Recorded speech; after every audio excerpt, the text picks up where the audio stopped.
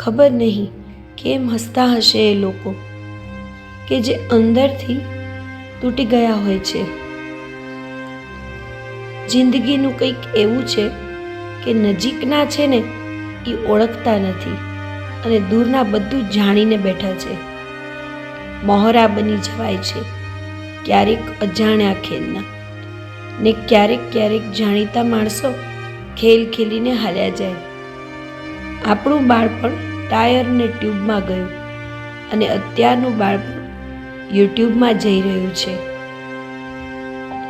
મારા સિવાય ઘણા લોકો છે એની જિંદગીમાં. હું રહું કે ન રહું, શું ફરક પડે છે? દોસ્ત હોય કે જીવન સાથી, બેમાંથી એક જાય તો પછી જિંદગીમાં કાંઈ વધતું નથી. ખોટી છે દુનિયા કે ખોટો હું છું, સાથે છું સૌની, છતાં કેમ એકલો છું હું?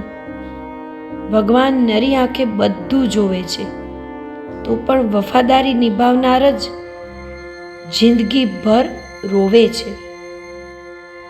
ઘણીવાર તમારા મૂળ નબળા નથી હોતા, કાપનારની કુહાડી જ વધારે ધારદાર હોય છે. એમ ધારીને ન જુઓ મારા ચહેરા પરનું હાસ્ય. અંદરથી તૂટેલો માણસ બહારથી તો આવો જ દેખાય છે. એક દિવસ એવી રીતે સૂઈ જવું છે ને કે જગાડવા માટે લોકો રડી પડે. બસ દુશ્મનોની ખામી હતી, અમુક દોસ્તોએ એ પણ પૂરી કરી દીધી.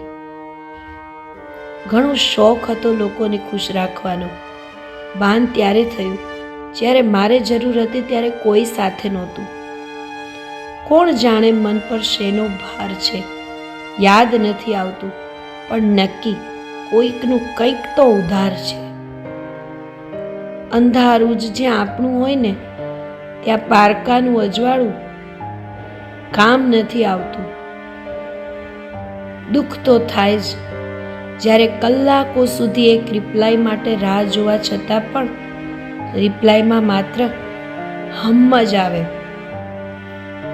કાશ કોઈ મારું પણ હોત, કોઈ જ મતલબની વગર.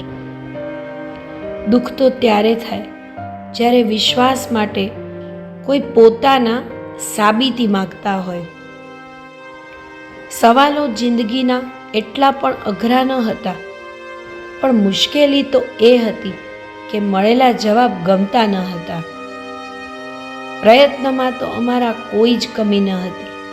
ભૂલ તો ત્યાં થઈ કે પથ્થર તોડવા માટે અમે લાગણી વાપરી.